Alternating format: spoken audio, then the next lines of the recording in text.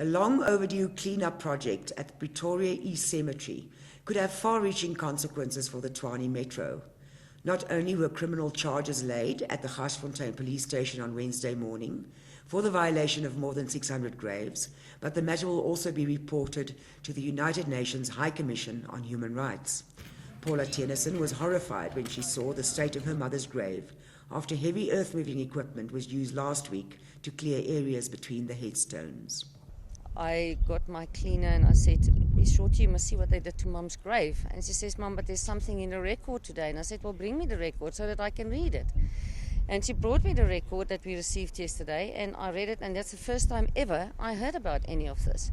I recently completed a certificate with the United Nations High Commission on Human Rights violations internationally.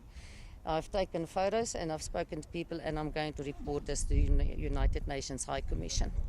Johan Breitenberg could not hold back his tears when he spoke about the complete destruction of his teenage daughter Stephanie's grave. But my daughter's grave was completely wrecked. Everything was broken. I picked the photos up under the tree there. Nobody could give me answers. So yeah, I don't know what right does these people have to do this to us. It's my daughter and it's his sister. It's not human to do stuff like this. DA mayoral candidate Salim Msimanga, who visited the cemetery and spoke to several people affected by the cleanup, expressed shock and anger about the state of the graveyard, saying he had empathy with the community's pain at witnessing such devastation. Now bleeding all over again. It's like they're going through the emotions of a funeral all over again. But I can guarantee you, we will leave no stones unturned, and whoever is responsible for this will be brought to book. DA councillor Lex Middelberg laid criminal charges against the city's management for what he described as the complete inhumane and insensitive manner in which work at the cemetery had been carried out.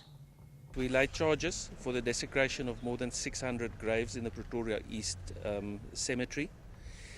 The graves were destroyed by using a front-loader tractor over 2 days, on the 3rd of February and again on the 4th of February, after I had spoken to the regional director and pointed out to him that what they were doing amounted to a crime of the desecration of graves.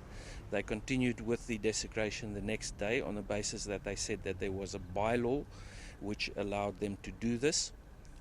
I pointed out to him on the 3rd of February that bylaw does not allow them to destroy existing graves. It only prevented people from building elaborate shrines and mausoleums on grave sites after the passing of that bylaw.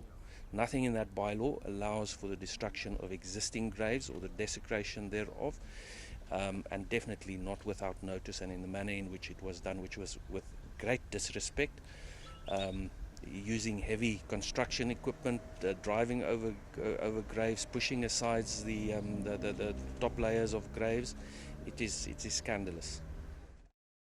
Middelberg stressed that the DA was not accusing the Metro of malicious damage to property, but of breaking the common law of violation of a grave. And remember, you cannot take a bylaw to change national legislation, and you cannot use a bylaw to change the common law of the country. It's not our authority to pass bylaws like that. So no, that bylaw does not apply, and it is not a defense on what they've done. As far as the complaints that they have received, yes, they've received numerous complaints because they have not been maintaining that cemetery. The cemetery is in a scandalous condition because of their neglect, and curing the neglect is not done by using heavy construction equipment and by destroying the graves. They need to take care of the graves, and they need to maintain the graves, not destroy them.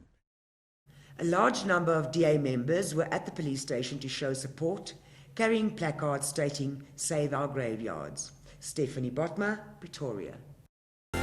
Be informed. Read Record.